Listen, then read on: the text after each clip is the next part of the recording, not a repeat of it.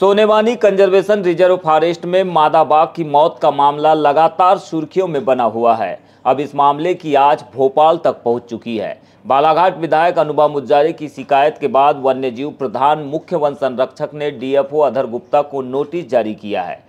इसके साथ ही पूरे मामले की गंभीरता को देखते हुए सीएफ गौरव चौधरी ने 6 सदस्यीय एसआईटी का भी गठन कर दिया है। मंगलवार को एसआईटी ने घटनास्थल का दौरा किया। इस दौरान सीएफ गौरव चौधरी के साथ एसआईटी टीम के अन्य कर्मचारी भी मौजूद रहे।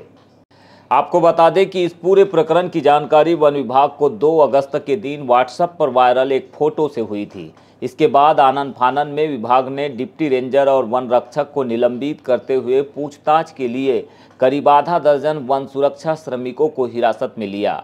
वहीं दूसरे दिन जब पूछताछ के बाद वन सुरक्षा में लगे चौकीदारों को न्यायालय में पेश करने की खबर आई तो पता चला कि आरोपी वन रक्षक हिमांशु घोरमारे और डिप्टी रेंजर टीकाराम हनौते फरार हो गए। इस प्रकार घटना की संदिग्धता और अधिक बढ़ गई। तब जाकर डीएफओ पर कार्रवाई की मांग उठने लगी और अब एसआईटी के जरिए पूरे मामले की जांच प्रारंभ की गई। बताया जा रहा है कि एसआईटी टीम अगले 2 दिनों के भीतर मामले की जांच रिपोर्ट प्रस्तुत करेगी।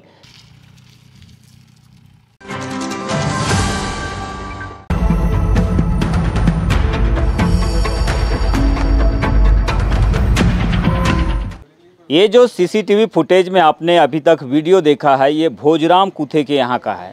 बताया जा रहा है कि सुबह के 11 बजे करीब 2 लड़के बाइक सवार बिना नंबर गाड़ी से आए और घर में सुनापन देखते हुए इस खूटे से बंधी हुई बकरी को सीधा यहाँ से उठाकर ले गए। उसके बाद बकरी के पीछे उसका बच्चा वो सामने दिखाई दे रहा है। ये बच्चा उसके पीछे पीछे दौड़ा, लेकिन जो बाइक सवार युवा थे उन्होंने बकरी को बीच में रखा और यहाँ से रफू चक्कर हो गए। कहाँ गए थे आप और आपको कब पता चला इसके बारे में? खेत गया था मैं। खेत से आया तो फिर वो बकरी बोल रही थी। उस समय देखा, मैं इधर उधर देखा, दीपक भैया के आज दीपक भैया नहीं थे उस समय वीडियो देखने के लिए। तो फिर इसको फ़ोन किया तो ये आने को था। तो बहुत देखा, पूरे कमरे इसमें देखा, अंदर बाहर खेत में फैक्ट्री में जाके देखा, जिधर चराने जाते उधर भी तो बकरी नहीं मिली।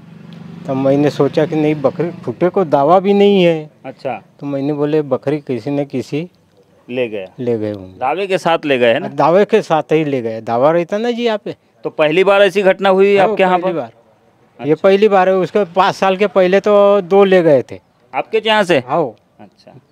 गब्बन बकरी ले गए थे दोनों। तो इधर आसपास के क्षेत्र में ऐसी बकरी चोरी की घटनाएं होते रहती है क्या? होती रहती है ना। हाँ। ये हमारे कुत्ते के यहाँ से 3 बकरी चली गई। कब? अभी वही महीना 1.5 महीना हो गया। ये भोजराम कुथे है और ये खेत गए हुए थे।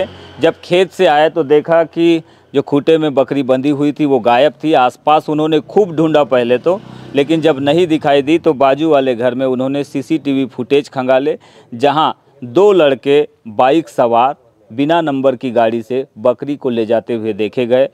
चोर इतने निश्चिंत अवस्था में नजर आए कि उन्हें बिल्कुल भी डर नहीं है। सड़क इतनी आवाजाही वाली है, आजू बाजू में लोग हैं, लेकिन उन्हें इन बात का बिल्कुल भी डर नहीं था और उन्होंने आसानी से बिल्कुल गाड़ी स्टार्ट की और बकरी को यहाँ से उठाकर सीधा गायब हो गए। जिस तरह से इस क्षेत्र में लगातार बकरियाँ चोरी की घटनाएं सामने आ रही है, इस पूरे मामले में शिकायतों के बाद पुलिस क्या कुछ कार्रवाई करती है, क्योंकि इसके पहले हट्टा क्षेत्र, किरनापुर क्षेत्र में भी बड़े पैमाने पर लोगों के घरों से मार्शल गाड़ियों के माध्यम से, 2 व्हीलर के माध्यम से दर्जनों बकरियों की चोरी हुई है। क्या नाम आपका? मेरा नाम जी धनलाल उइके, पूर्व सरपंच ग्राम पंचायत 40 बुड़ी। प्रमुखतः किस तरह की परेशानी नेटवर्क के अभाव में आप लोगों को उठानी पड़ रही है?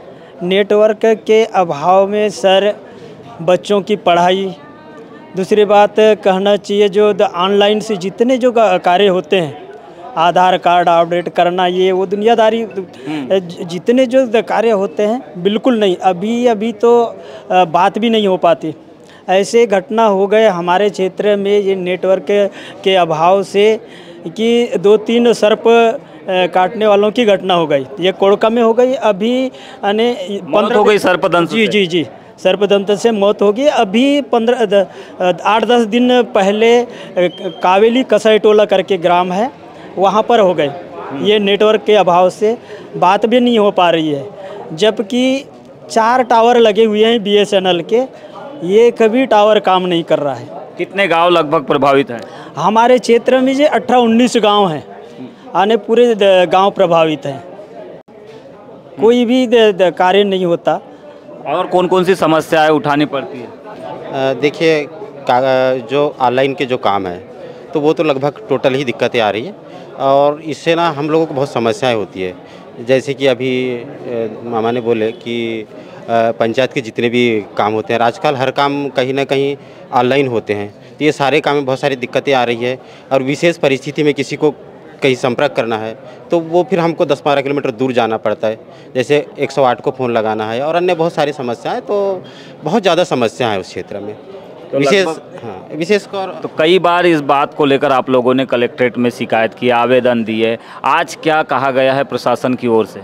इसके पहले लगभग 4 बार आवेदन हो चुके हैं कलेक्टर साहब के यहाँ पे जन सुनवाई में, और 30 मई को जन कल्याण शिविर था ग्राम पालागुंदी में, तो वहाँ भी हमने सारे क्षेत्रवासी कलेक्टर साहब को आवेदन किया था। उन्हें अभी तक के जो बताया है उसमें सिर्फ आश्वासन मिला है, लेकिन अभी तक किसी प्रकार का संतोषजनक नहीं हुआ है। तो आश्वासन मिला है लेकिन संतोषजनक कार्रवाई नहीं हो पा रही, आप क्या कहेंगे? मेरा नाम प्रभुलाल राणा है। हमारे यहाँ सर 4-5 महीने से पूरा नेटवर्क बंद कर दिया गया है, जिससे हमारे पब्लिक को काफ़ी समस्याओं का सामना करना पड़ रहा है। जैसे ऑनलाइन है, अभी कृषि वो फार्मर रजिस्ट्री वगैरह, तो लोग ऐसे पहाड़ी पे जाते हैं, पहाड़ी पे जाके दिन भर वहाँ भी नेट नहीं चलता, तो बोले साइड नहीं चल रही है, दिन भर अपना नुकसान करके फिर किसान वापस जाते हैं। और इधर सरकार का डंडा पड़ता है कि जल्दी कराइए आप लोग, तो वहाँ कर्मचारी भी परेशान रहते हैं और जनता तो दिन भर धूप में परेशान रहती है। इसलिए हम लोगों ने ये 4थी बार है कलेक्टर महोदय को आवेदन दिए, पर किसी प्रकार की सुनवाई नहीं हुई है। तो हम समझ जनता ने मन बनाया है कि अगर हमारा काम 15 दिन के अंदर नहीं हुआ तो बंजारी घाटी में विशाल चक्का जाम करना है। तो दक्षिण बैहर के 15 ऐसे गांव है जहां पर पिछले कई सालों से नेटवर्क की गंभीर समस्या बनी हुई है, और इसी समस्या के चलते सर्पदंश की घटनाएं हो रही है। उसमें लोगों को स्वास्थ्य सुविधाओं का लाभ दिलाने में दिक्कतें आ रही है। इसके अलावा स्कूली छात्र छात्रा को पठन पाठन में दिक्कतें जा रही है, ऑनलाइन पढ़ाई नहीं कर पा रहे, और तमाम तरह की समस्याएं। और ख़ासकर सबसे बड़ी समस्या तो ये है कि सरकार के द्वारा संचालित होने वाली योजनाओं का ही ठीक से क्रियान्वयन जो है नेटवर्क के अभाव में नहीं हो पा रहा है। बिरसा क्षेत्र में मुख्य कार्यपालन अधिकारी की पदस्थापना नहीं होने से सरपंच संघ के पदाधिकारी परेशान हैं। क्षेत्र के दर्जनों सरपंचों ने आज कलेक्ट्रेट कार्यालय पहुंचकर इस पूरे मामले में प्रशासन को ज्ञापन सौंपा। बताया गया कि जनपद सीईओ का पद फिलहाल रिक्त है। नवीन पदस्थापना के इंतजार में बैहर एसडीएम प्रभारी सीईओ की भूमिका निभा रहे हैं, लेकिन उनके पास अधिक काम होने के कारण वे पूरा समय नहीं दे पाते हैं। ऐसी स्थिति में शासन द्वारा क्रियान्वित होने वाली विभिन्न योजनाएं प्रभावित हो रही है। उन्होंने मांग की है कि क्षेत्र में जनपद सीईओ की पदस्थापना अतिशीघ्र की जाए, जिससे कि आदिवासी अंचल में पंचायतों द्वारा संचालित विकास कार्यों को गति मिल सके।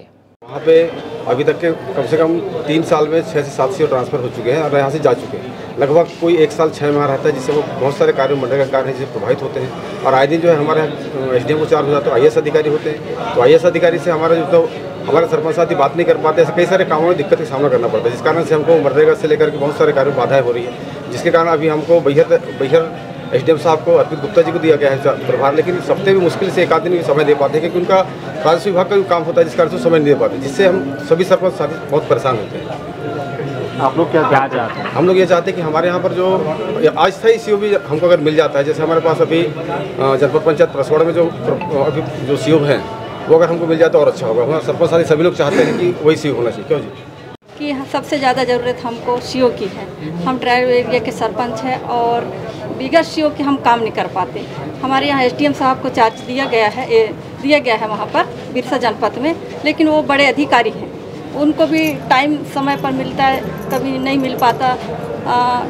टाइम बे टाइम जाते हैं तो हम लोग नहीं मिल पाते। आज तक अभी तो 2-3 महीना हो गया जा रहे हैं, लेकिन हमारी मुलाकात नहीं होती, क्योंकि टाइम का चेंज है उनका जाने का समय।